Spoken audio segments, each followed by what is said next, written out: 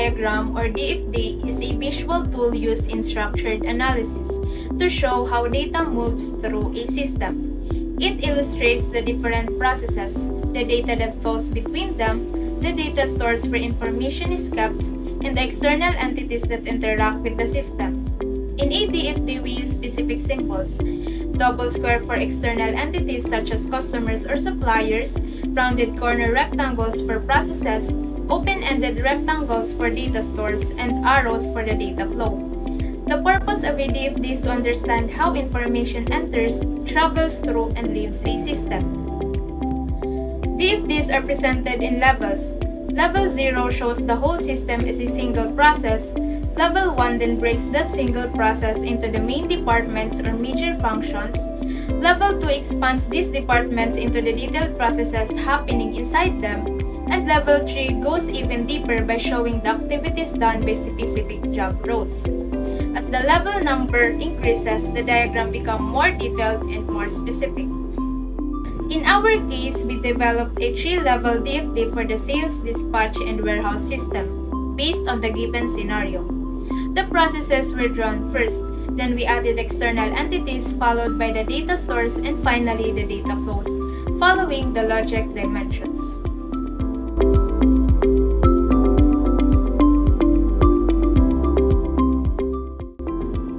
In level 0, the entire system is represented as one single process, called the sales, warehouse, and dispatch system. This level gives a very high-level overview, showing only the system's boundaries and how outside entities interact with it. In our diagram, the 3 main external entities are the customer, supplier, and accounts department. Customers send their orders to the sales, warehouse, and dispatch system and receive an order acknowledgement, along with the goods and delivery note once their order is processed.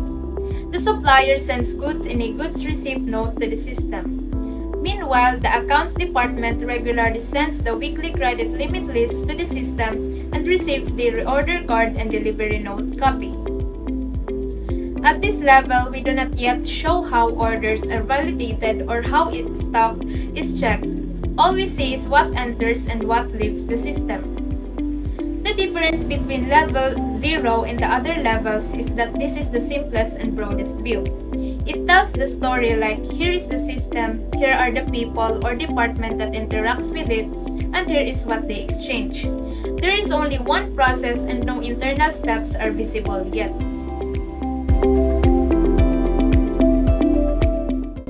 In level 1, the single process from level 0 is now expanded into the main departments involved in the case.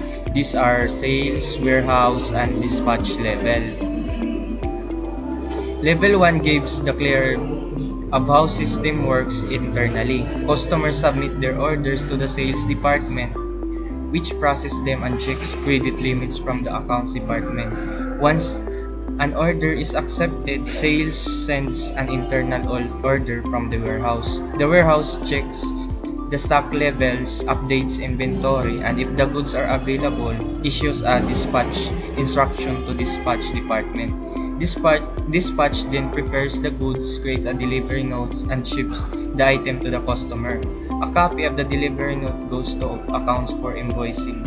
This level also shows handling of low stock through the reorder card as well as the receipt of new supply from suppliers. Compared to level 0, level 1 already tells a more detailed story by identifying the main subsystem as department and showing their responsibility and instruction. However, the internal task of each department shown only the overall department functions.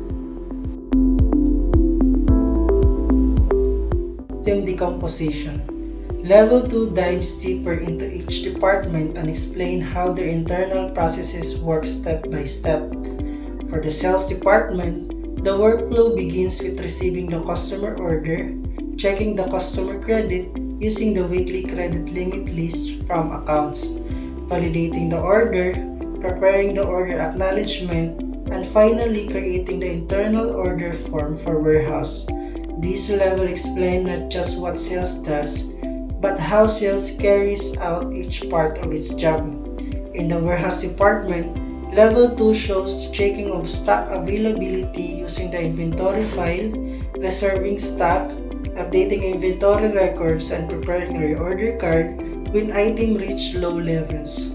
Warehouse also processes incoming goods by verifying the goods received note and updating the stock levels accordingly. For the dispatch department, Level 2 breaks the process into picking and preparing the goods, packing the items, preparing the delivery note, and shipping the goods to the customer. These processes show how the dispatch team completes the final part of the order. The main difference between Level 2 and Level 1 is that Level 2 provides a detailed sequence of action within each department instead of simply showing that warehouse checks stock. Level 2 shows exactly how that stock is checked and updated.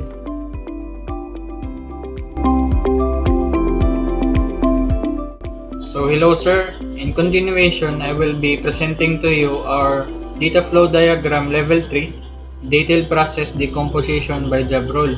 So first, level 3 is the most detailed level in our system. Here, each larger process from level 2 is broken down into smaller tasks performed by specific job roles. So for example sir, in the sales department, the received customers order process, which is here sir, I will highlight to you here.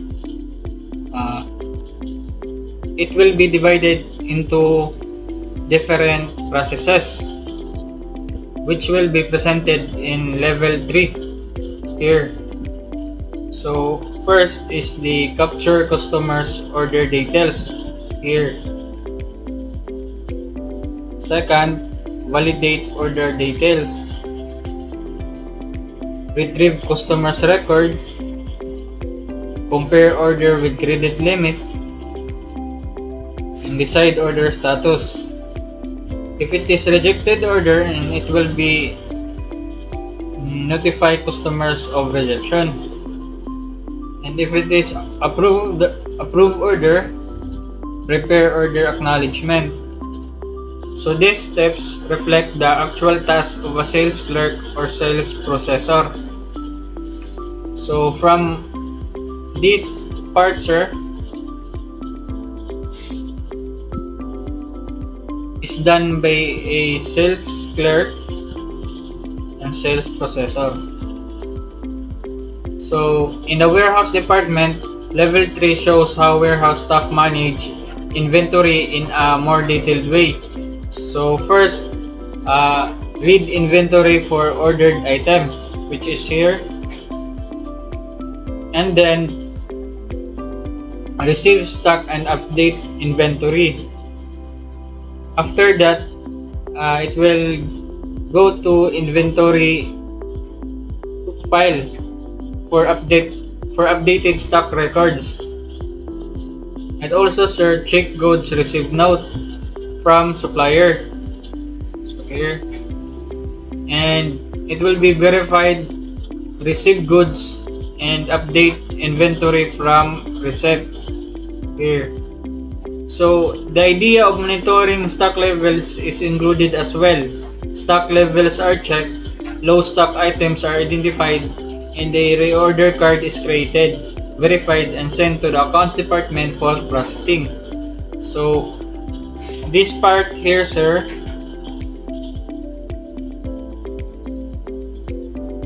is done by the warehouse staff. So for the dispatch department, level 3 outlines the activities of dispatch staff such as picking reserve items, which is here sir, the 3.1.1, and then pack goods and packaging,